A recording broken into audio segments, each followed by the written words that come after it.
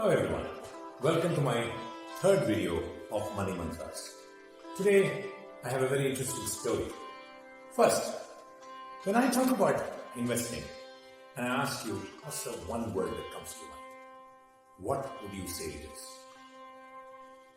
9 out of 10 people come up and say finance, numbers.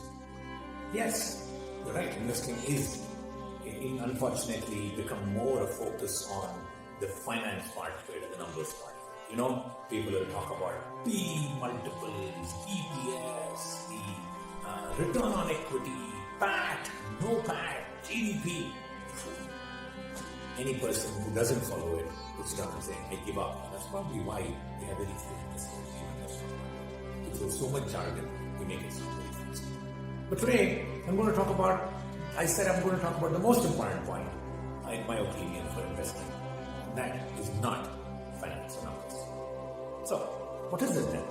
Let me elaborate this with a story. With actually 2 stories. And this I came upon many years ago. So, the first one is about a lady called Grace. Now, Grace was orphaned when she was 10 years old. She never married. She lived in a single bedroom apartment. And for her entire life, working life, she worked as a secretary. So, it was very surprising to many of the people who had come by the time she had died at 100 years of age to find out that she had actually donated $7 million to charity. $7 million? Asked a friend of hers. How is it possible? She lived a life of thrift. She lived alone. She didn't even get a lottery.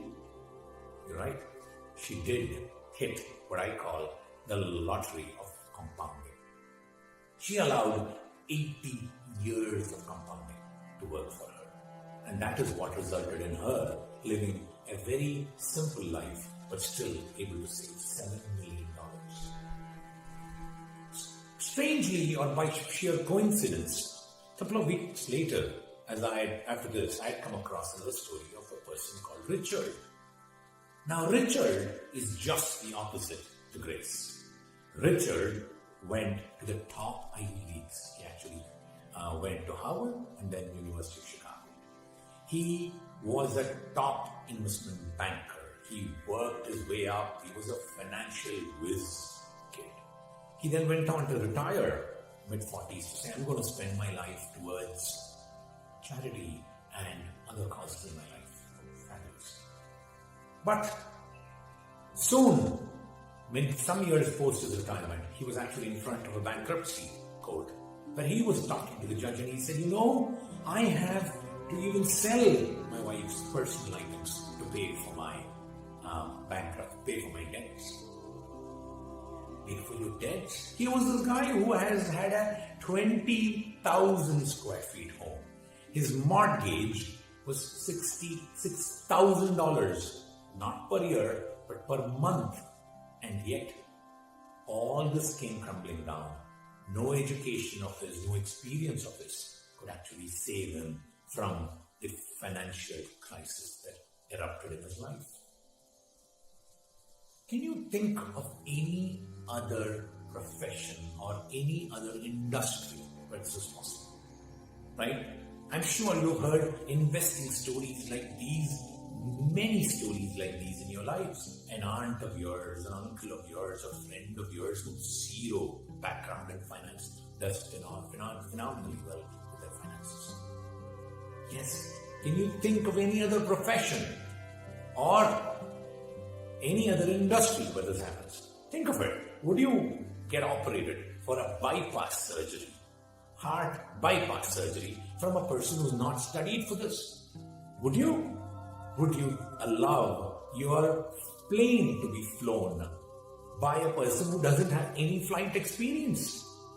And yet, zero experience, Grace lived on till 100 years and gave away $7 million. And a lot of experience, financial whiz, goes on to bankruptcy. So, why does this happen? In my opinion, the most important aspect of finance is behaviors.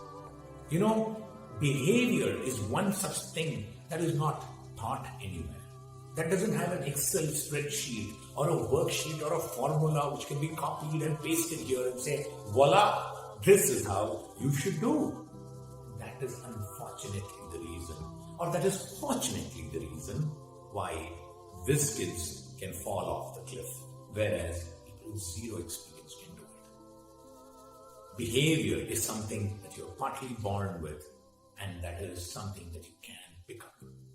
So, I close with a very interesting question that Jeff Bezos, the CEO of Amazon, asked one of the world's famous investors, Warren Buffett. He said, you know, Warren, your thesis for investment is quite simple, and yet most people don't seem to do it. And Warren, as usual, very beautifully and very simply said, that's because most people don't want to become rich slow. Most people do not want to become rich slow. Think about this. Ask yourself this question. What does your behavior do to your investments? Does it enable it, or do you become your own worst enemy? For after we all want to retire like Grace and not necessarily like Richard. Have a great day.